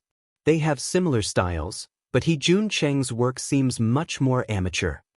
Mu Wenqing turned to the empty seat next to him. Where's Mu Fan? Why isn't he here yet? He got into an accident on the way and he's dealing with it now. He'll be here later. What? An accident? Mu Wenqing knitted his brows. Director Zheng hurriedly explained, Chairperson, don't panic. He's all right, but his car was slightly damaged. I'll go to the entrance to meet him right away. Director Zheng's temporary departure didn't cause any commotion. The second Shin Mengqi appeared on stage, compliments could be heard everywhere and the audience started clapping. Truly, this is the best work of head stylist He. It's really amazing. This creativity, this idea, no ordinary person could come up with it. Even Chairperson Mu nodded in approval just now. He Jun-chung basked in all this inflated praise giddily. All of you are flattering me. It's just a minor achievement not worth mentioning. Right at this moment, amidst the praise, there was a sudden voice.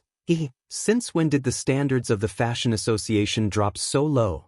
Even this shameless person's stolen work could be openly displayed on stage and receive the admiration of everyone?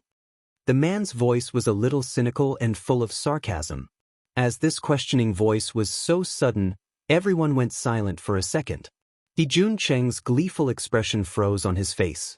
His expression darkened as he turned to the side. He saw Yimu Fan standing there with his hair still a mess and his clothes crumpled. Yimu Fan curled his lips and stood there calmly. Yimu Fan. He actually dared to mess with us. Good, very good. Jun Cheng didn't have to speak up at all. Someone else already started yelling on his behalf. Where did this wretched-looking beggar come from, eh? How dare he bring down the reputation of the Fashion Association and even accuse our stylist of being a thief? Not many had seen Felix's face, and looking at Yimu Fan's sloven appearance, nobody respected him obviously. Who is this guy? Why does he look so familiar? Don't you know? He's the great young master of Yi Group, Crown Prince of Emperor Sky Entertainment, Yimu Fan. Damn, that ignorant bum? What's he doing here? I heard he used to do odd jobs for Jun Cheng and was fired. He probably has a grudge, so he's here to cause trouble. This is ridiculous. When everyone was almost done insulting Yimu Fan, Jun Cheng stood up and said casually, "Young Master Yi, you were chased out of your house and was living on the streets before, so our big missy pitied you and decided to take you in, allowing you to work for me.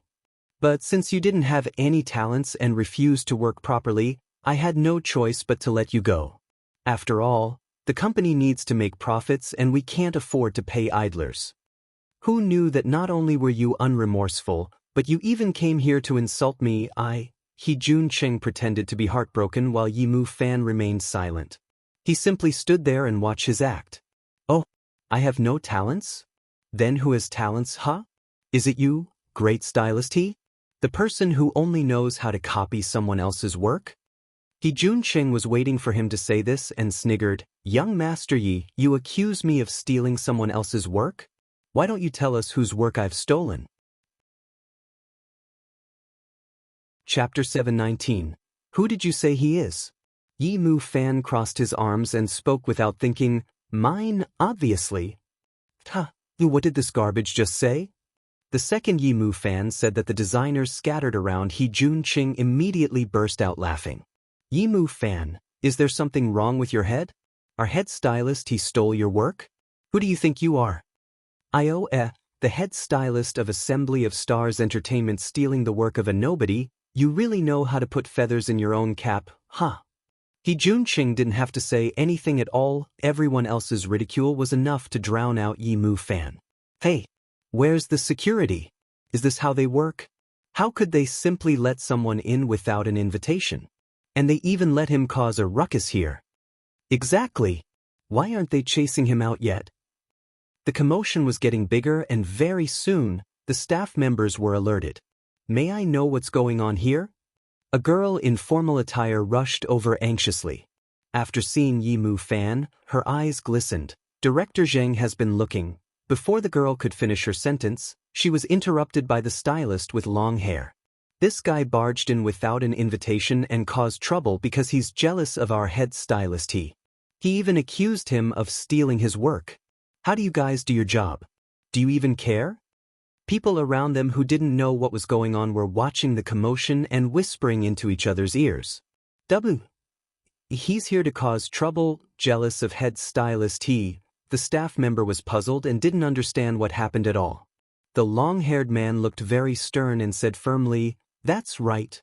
If you don't believe me, check and see whether he has an invitation." Forget it. Jun Cheng acted like he was very generous and forgiving. In order to curry favor with Jun Cheng, the long-haired guy spoke in a righteous tone. "How could you just let this go? This scum of the fashion world actually had the audacity to pass through the doors of our fashion association. He's tarnishing the name of the association." When the staff member heard that, her face was somewhat indescribable. The way she looked at Jun Cheng and the others was as if she was looking at strange beings. "Indeed, this gentleman here doesn't have an invitation." The long-haired guy became excited immediately and said happily, "Told ya. What did he offer you that you were actually convinced to let him in?" The staff member was slightly angered by this person's aggressive attitude.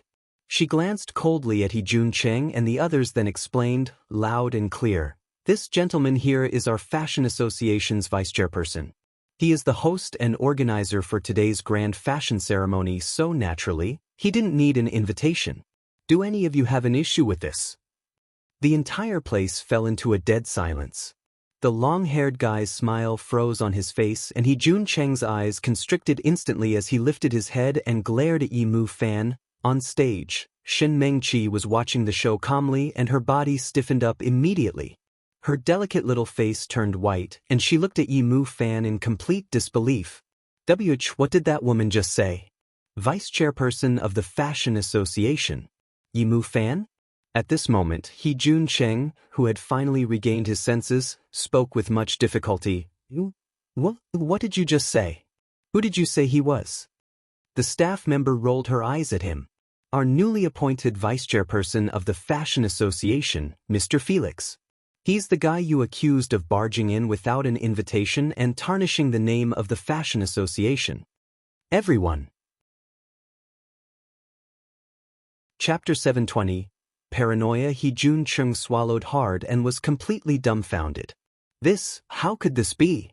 Yi Mu Fan is Felix? This is impossible. There must be a mistake somewhere. Just as everyone looked at each other in confusion, Director Zheng rushed over. Damn. My great vice chairperson, I've finally found you. Why didn't I see you at the entrance just now? I've already prepared your outfit, so hurry, get changed. Director Zheng probably sensed something strange about the atmosphere, so he asked, What? What happened? Oh, right, head stylist weren't you looking for our vice chairperson? Here he is.